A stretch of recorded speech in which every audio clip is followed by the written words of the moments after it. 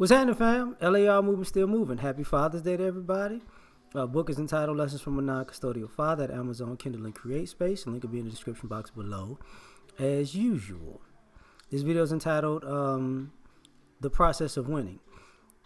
Yes, I got a busted lip. It's healing. Mistaken identity, basically fight. I got in a fight. Some dude didn't know me. Thought I was somebody else. And started a fight, so after that we got in a fight. But this video is basically the process of winning.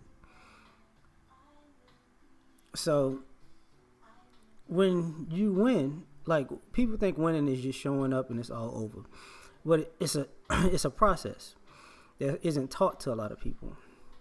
Or people, I couldn't say it isn't taught to a lot of people. People aren't willing to go through the process.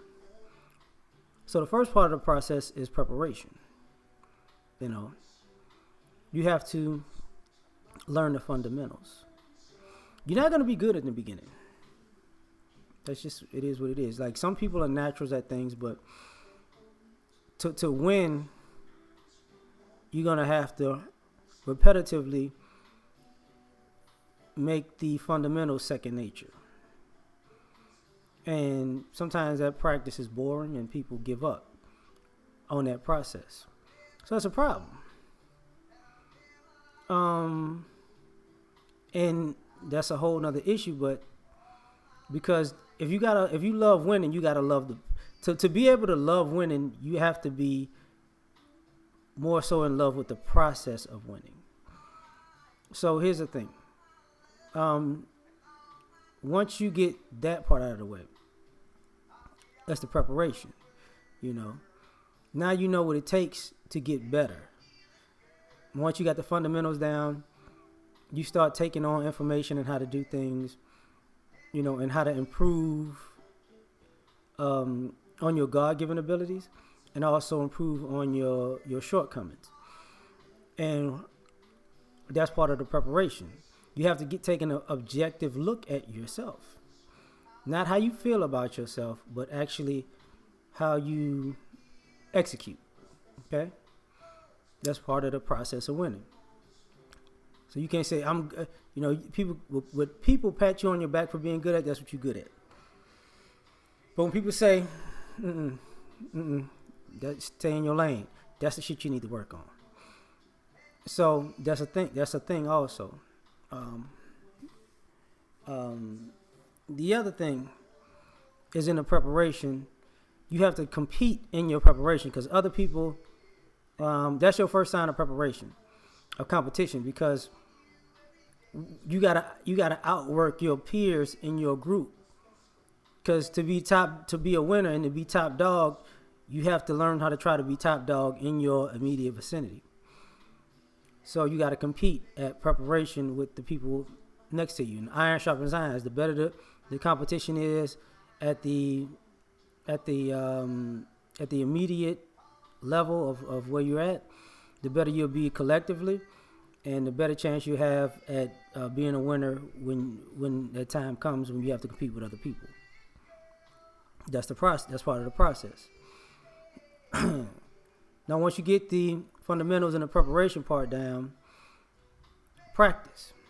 Well, my dad used to say, perfect practice makes perfect. So you have to learn how to practice perfectly. You have to be as intense when you practice as you will when you're actually competing. And some people, you can be overly intense in practice, and it all comes together when it's time to compete because you've put it all out there and it just comes together at the moment. There are people like that. Other people, they just have to redo what they did in practice. That's what they got to do. Just just get in the zone of being comfortable with what they do in practice. Now,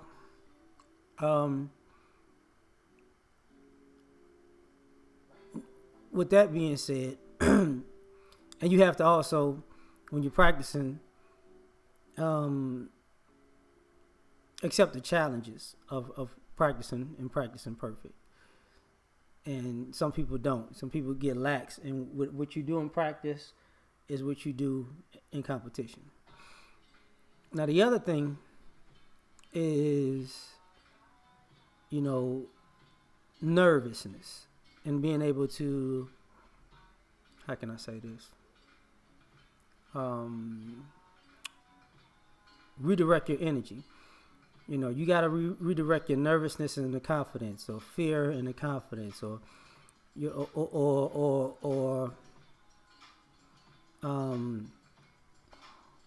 butterflies and the confidence. If you got your fundamentals down, if you prepare the right way, if you practice the right way, you won't be scared about how you perform. But you still have to perform. So you can be ready, but if you let your nerves take over,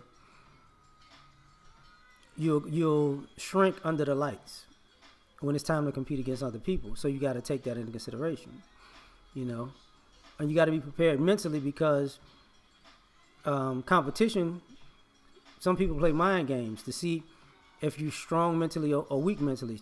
So people test you to see if you're even able to compete because of your nervousness or your mental strength when it's time to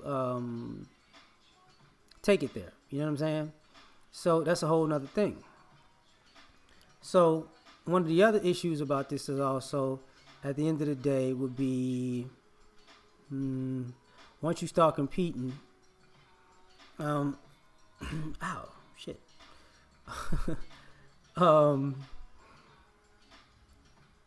Being able to process and use the information you've learned in the moment. That's part of the process of winning. You have everything you practice. There's going to be small moments where you might have to utilize exactly what you learned in that particular moment, and you have to execute that. You get what I'm saying? And that's one thing that most people don't want to admit. And that's an issue for some people, because sometimes you have to improvise. You see something that you can use, but you can't use it completely the way you learned it.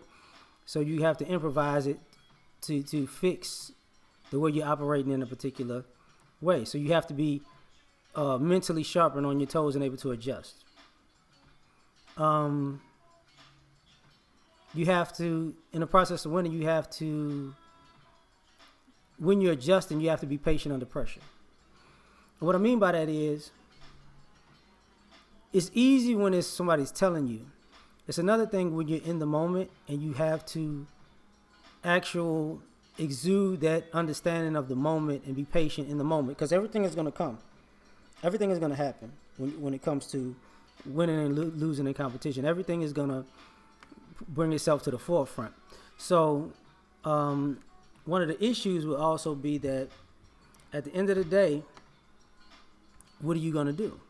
You know what I'm saying? What are you really going to do? And dog it. Okay. One of the issues would be, wire. Sorry. One of the issues would be, can you be patient when it's that time? Like, military guys that talk about, it's hard to aim when you're in a firefight because people get nervous. When you learn how to do some things and they tell you, it just do what I told you. You have to be able to calm yourself down, breathe, and handle it, and be patient under pressure, and watch the things that you have learned to do work in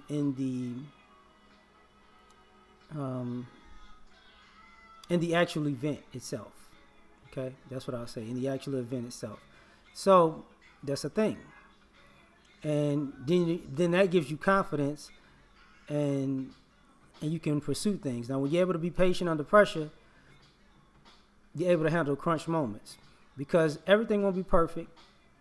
So in crunch moments, it's really a gut check about who you are as a person. Are you going to let adversity